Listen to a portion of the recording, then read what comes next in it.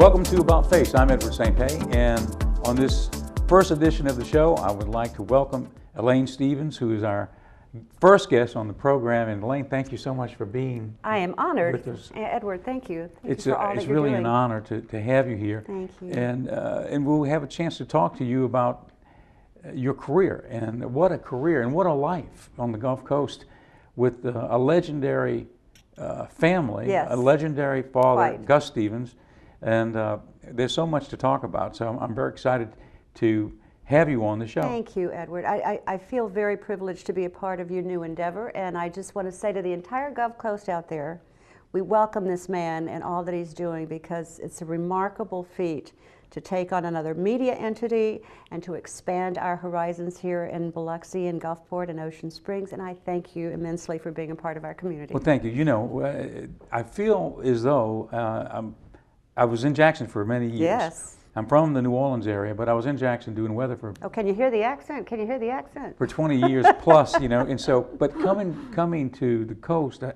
hadn't really been to Ocean Springs very much. Right. But when I discovered it, you know, it's like being home, because to me, it's very much, the culture is very much like, I guess, New Orleans and all of the whole Gulf Coast stretch from Florida back to New Orleans. To me, it feels like home, you know? Yeah, and you fit in perfectly because it's a walking village.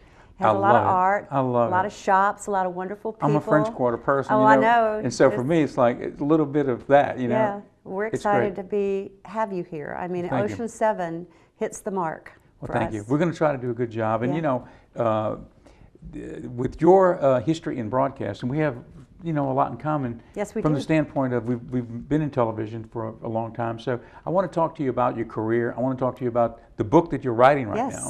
absolutely. And I want to talk to you about the various events that occurred in your life that are so interesting. You know, your life has been such an interesting set of things. The restaurant, for example, that Yes. your father had. I want to ask you some questions about that. The fourth sibling in our family was the restaurant. It came up, and we usually set a place for it at dinner. I mean, you know, there was always the restaurant, and it was like being a doctor's family where there would be on call constantly for Dad and for Mom too. But the restaurant was open 24 hours a day, 7 days a week.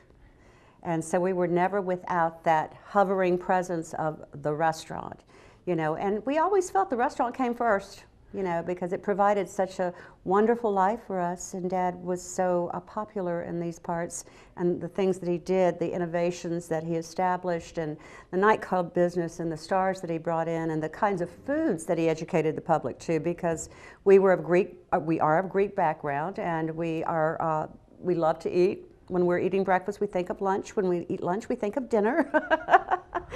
So he was always trying new recipes, and now my brother has those recipes. So he actually took those recipes and opened his own restaurant at one point. He's retired now, but he carried on the legacy for quite some time. So we'll talk about that and many more things. Yes.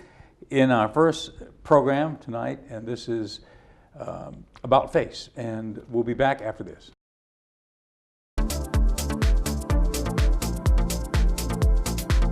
Oh, hey friends, this is Cheap Charlie at Cheap Charlie's Discount Grocery in Escatawpa. Everybody has a sidekick on TV. We're so cheap, all we can get is Trigger. And I know we're cheap because Trigger don't eat. But together we're putting the roundup on high prices, roping them and bringing them down. Yeehaw! You can save 20 to 80% on national name brands. And woo lordy, frozen foods, snacks and candy, cool items. Check out our low prices. Yeehaw! We're so cheap, we filmed this commercial ourselves. Trigger says, save today, shop at Cheap Charlie. This is our Gray's Box. It's a great way to snack. Fresh, tasty, and created using only the best ingredients. Choose from our range of over 90 delicious snacks. We'd like to invite you to try a hand-picked box for free. Go to grays.com and we'll send a free box directly to your office or home. It may even help you keep your hand out of the cookie jar. Go to grays.com and enter the code EAT83 for a free box. Grays.com. Snacking. Reinvented.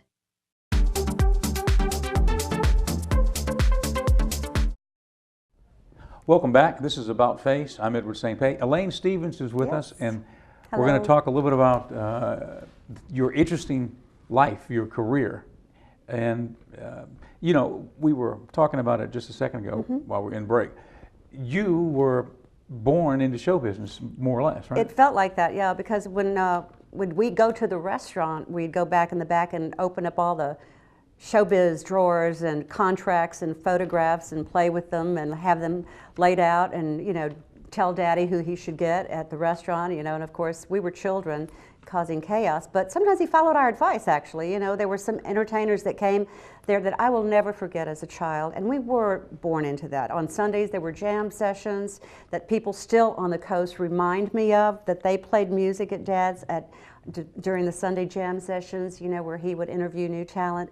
And then on Saturday nights, we always wanted to go because those were 3-floor shows on Friday and Saturday night, but we had to pull a few strings in order to sneak into the nightclub on a Saturday night because Gus Stevens stayed extremely busy in those days.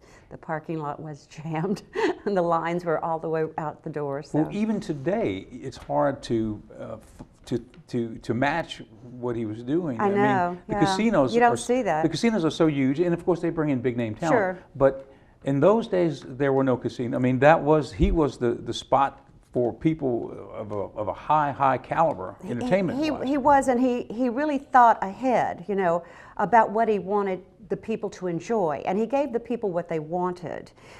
He had gambling, you know, we had slot machines.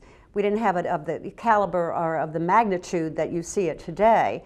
And of course, it was considered illegal, but there was a lot of illegal things going on the Biloxi coast at that time. What you did was pay people off in order to have a few of the things that you wanted to enjoy. And part of it was the gambling. Liquor was another thing. Daddy was instrumental in getting some of the liquor laws passed, but you'd pay a black market tax on a legal substance to legalize it. So, in other words, there you have it. You know, they were serving liquor under the radar, but a few people were getting kickbacks on that, so it was okay. Yeah, it's funny how life works. Yeah, it does. Yeah. And eventually it was legalized, and there's still some dry counties in the state of Mississippi. That's true. You know, so That's true. It doesn't work for everybody, but it had to work down here.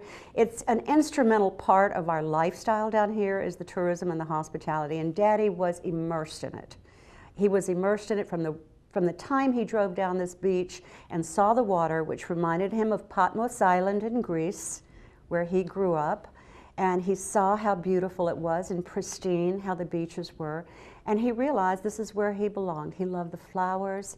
You know, for such a stocky little tough Greek guy, he had that sensitive nature about some of the things he wanted to tap into. He loved the land. He bought land. He grew vegetables for the restaurant. He was one of the first farm-to-table restaurateurs ever. We raised our own pigs and our beef cattle, and we actually served some of the freshest seafood on the Mississippi Gulf Coast at that time. You know, I'm sort of a student of impresarios. Yes. I study them. You are one. It's no, I'm so enamored with how people can create such Yes. great projects. And you know, a lot of the great impresarios were immigrants. So true. So absolutely and true. I wonder if that's because maybe I wonder their perspective is different. They They totally look at different. things out of the box, outside the box, mm-hmm. and maybe the drive to create and to excel is also something that they bring with them from their times in another land. You know, they have a strong belief in themselves. Right. It's almost as though nothing could stop Dad.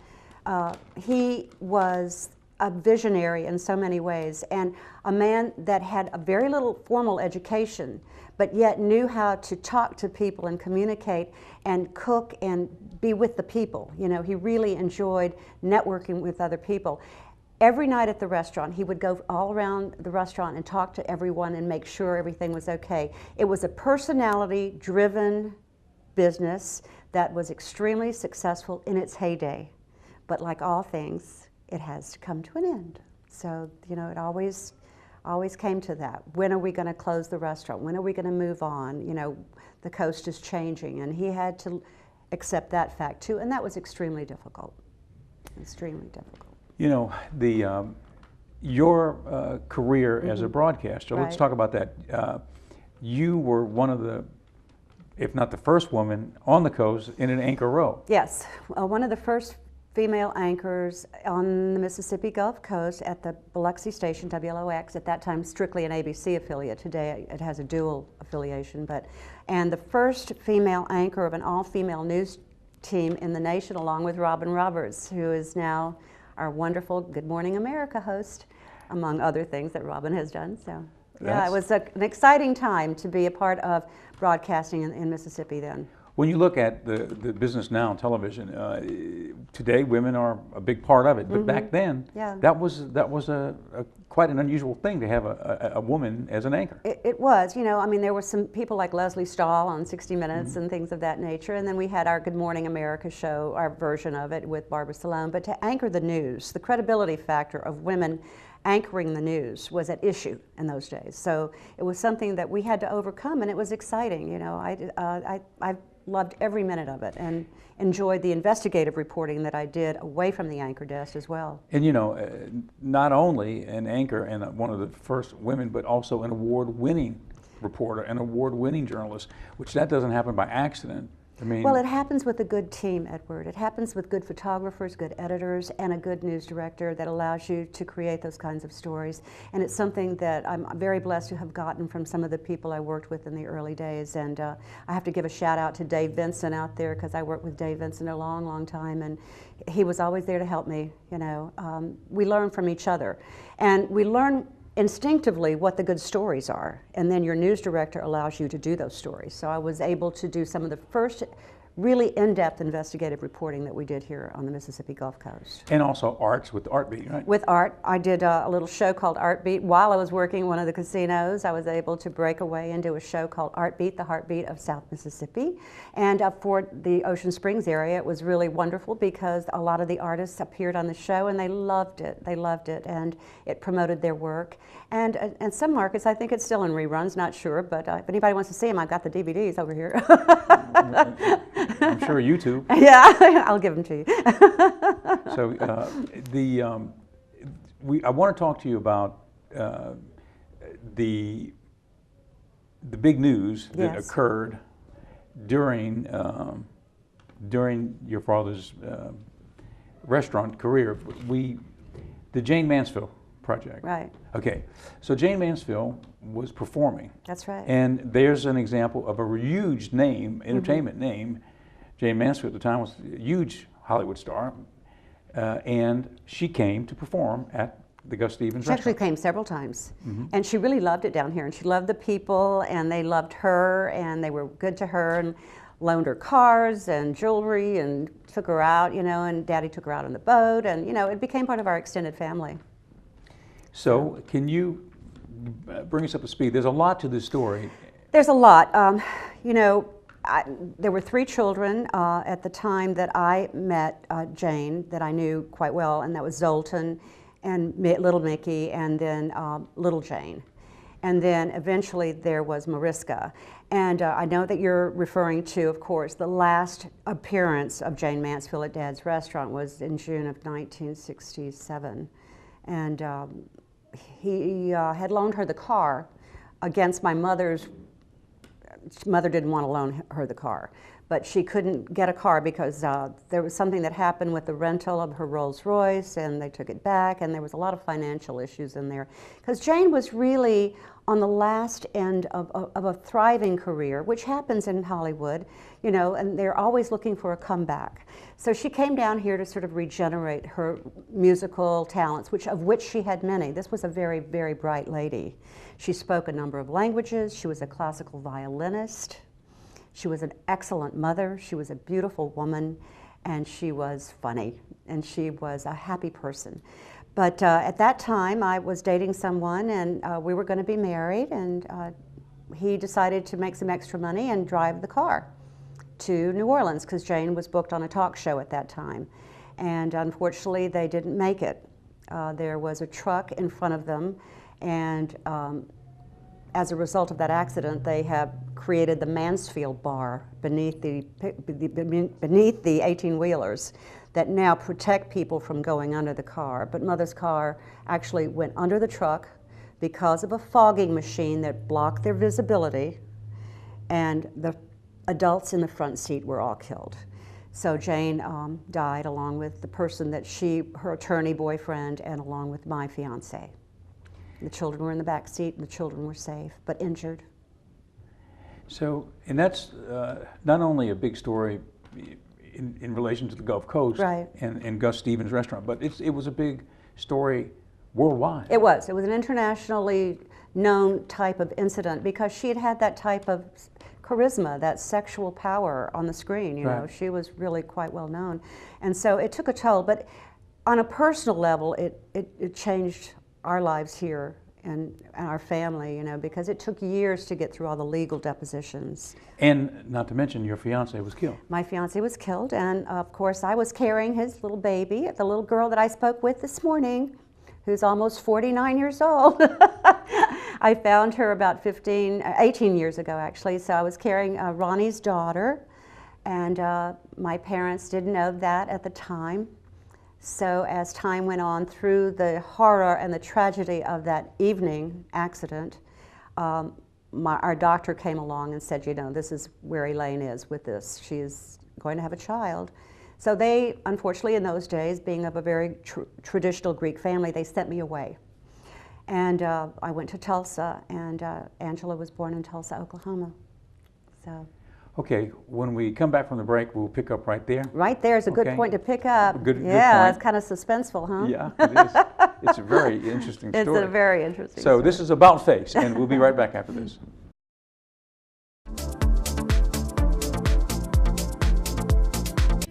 It's AARP. Let me just... Wait, are you joining AARP? Actually, I just did. Really? I didn't think we were ready for AARP. Is it worth it? Well, just today, I saved on concert tickets, read a great article on investing, found a sweet travel deal, used the caregiver finder for my dad, and done. Discounted movie tickets. If you don't think instant benefits when you think AARP, then you don't know ARP. Join today for just $12 and get discounts. So many ways to save. Instant resources and just the right offers find you at just the right time. Plus, as a member, your voice will be heard. Join today for just $12. It's not too soon. Call 1-800-991-1560. And join AARP for just $12 for your first year. You'll also get this travel bag free. Call 1-800-991-1560. Or visit tryaarp.org.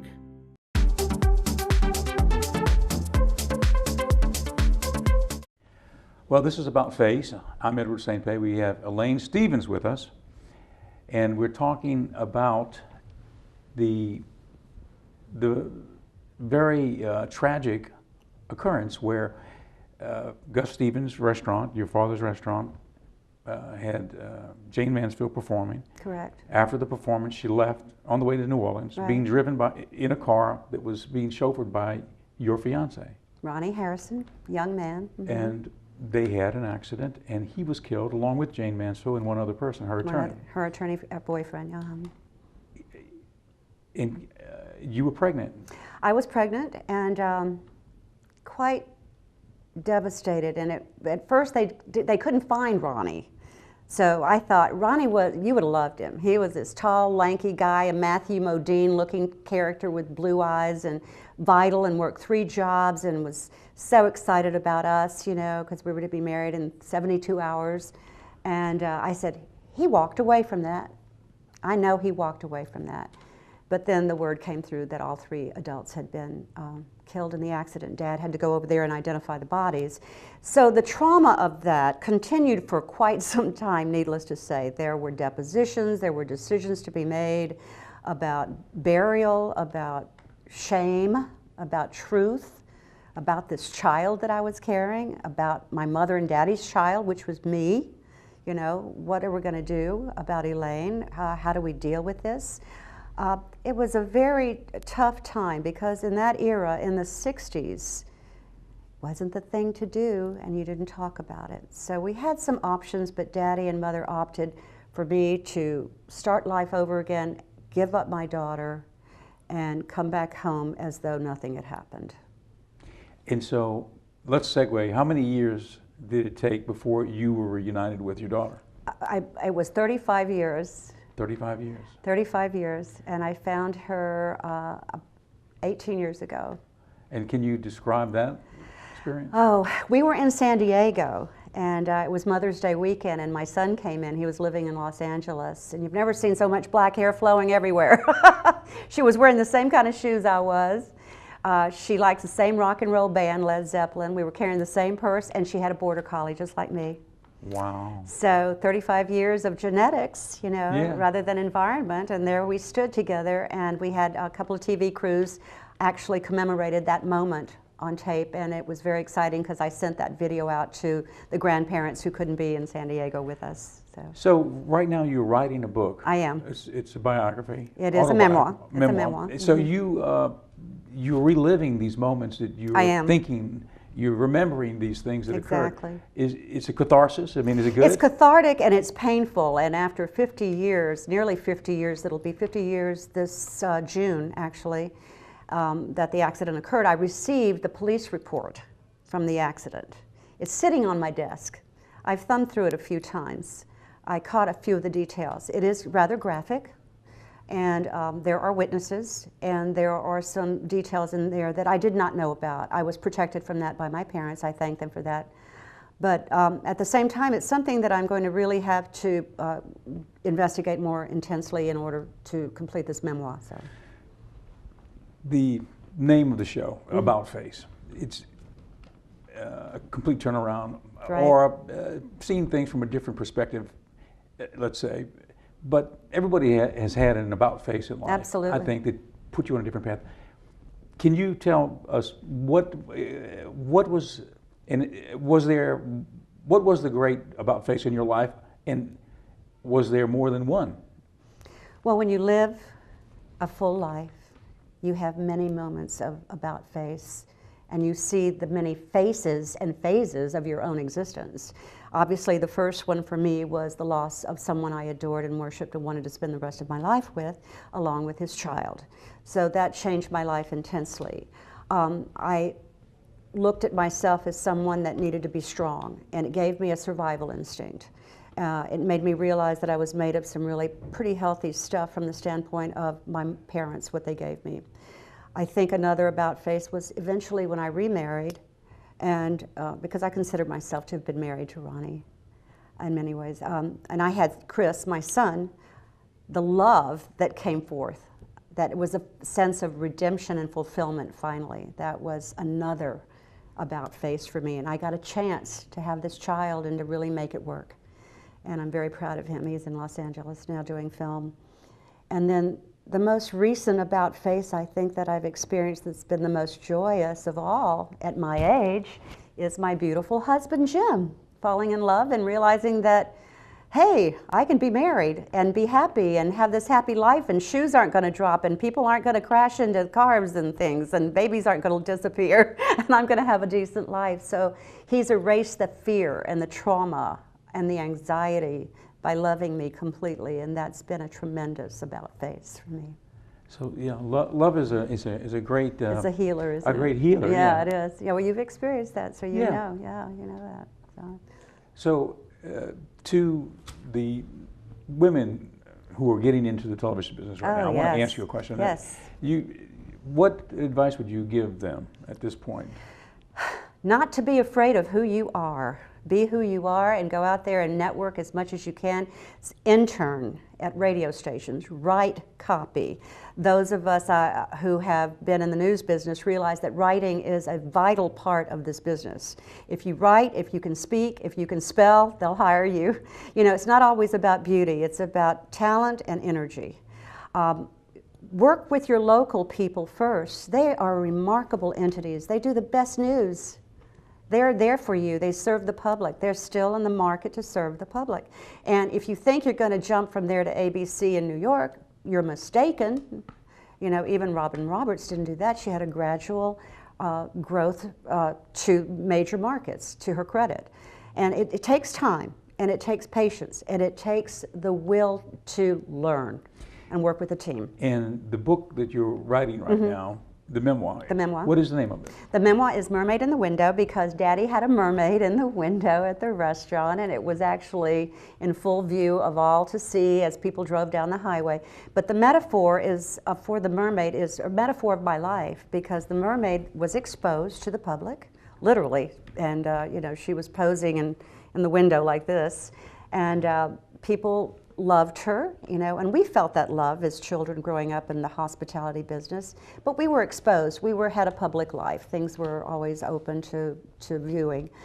But the ancient tale of the mermaid is one of someone who loves a mortal, which in my case would be Ronnie, and because I was of Greek heritage and he was an American boy, so I was different, and I fell in love with him, and the mermaid in the old tale actually kills her mortal lover, gives birth to his child and kills her mortal lover.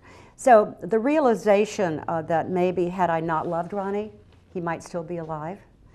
You know, there was sort of that metaphor for that maybe loving me is what done him in, you know, is a sadness that I live with, but nonetheless it's a realization that that was our destiny, was to love and create this beautiful girl who is now very talented and living in Stillwater, Oklahoma.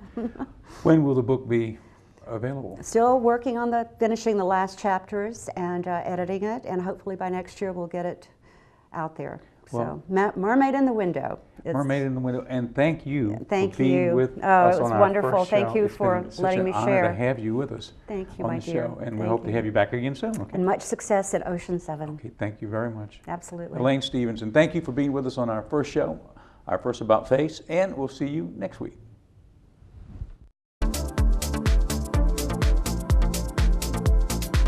Here at Foster's Air, our comfort consultants have extensive training in HVAC systems and design. It is our goal to find the best solution for your project and budget. Our dedicated team at Foster's has more than 90 years of combined experience. We are here to serve you. We will listen with understanding and compassion, and we guarantee that you'll be taken care of. We count on our teams every day, and so can you. This is Foster's, home of the old reliable. We are Foster's.